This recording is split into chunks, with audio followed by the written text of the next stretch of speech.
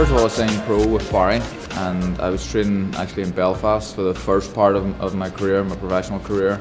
I started coming over to London and basing myself here, and I was working with Barry at the start and also a little bit with Shane. I had a couple of fights where my performances weren't great. I remember Shane actually sitting at ringside. He was the voice that I wanted to hear. I had cornermen in the ring in between rounds talking to me, but he was the voice I was looking for outside. So I kind of realised then I need to be here training with Shane full time, and that's what I've done.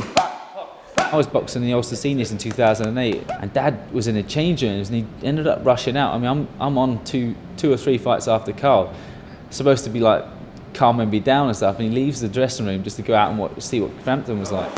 He kind of had an emotional connection with Carl from the get-go, and always kind of said to him, like, you know, keep on doing what you're doing, son, you know. And Carl just got it. He's an old head on young shoulders. So Dad decided to take him on, and he's been living with us for 5 years. He's been the fifth sibling, and we all get along like the house on fire. Carl has grown as an individual, being around us. You know, we're a big team, and we're going forward, and I think we've learned from him as well. So it's a two-way street. And he's part of the business. He's part of the promotion. He's part of this unique setup that we have as well from a promotional point of view. And he's a great kid. He draws in huge amounts of people. He's a star in Ireland. He's well known in England in the boxing circuit, but we want to make him a superstar over here and beyond. I know they have my best interests at heart. They've guided my whole career perfectly. I would never ever see myself working with another team. The McGuigans as a whole, they've really looked after me. I'm world champion, and I haven't even had 20 fights yet. There's not many people can say that. If I didn't believe Carl would become a world champion, why would I waste my time?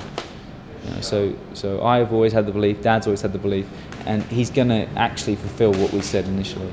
He really is going to be the best fighter coming out of Northern Ireland in the last 30 years. The Jackal! The world title fight itself, it was easily the biggest crowd I've ever fought in front of. It was against a guy who had already beaten. So people were kind of thinking, this is going to be an easy night. Frampton's beat him once, he'll do it again. But I knew it was going to be a tough fight. Kiko had become a world champion and defended his title twice. He had improved as a fighter, and I knew that. But that's the thing with me, I think I performed best under pressure. And I did that night. It was my best performance to date. We were making waves already. We've done 16,000 seats outside.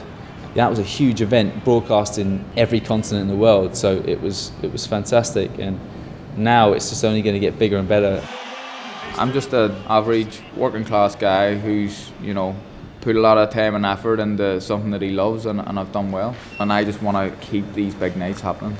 So I need to keep winning, but without sounding big-headed, the spotlight's kind of on me. You know, we've got a whole team doing everything in the background, but I need to win. That's the bottom line, and I'll do everything I can to make that happen.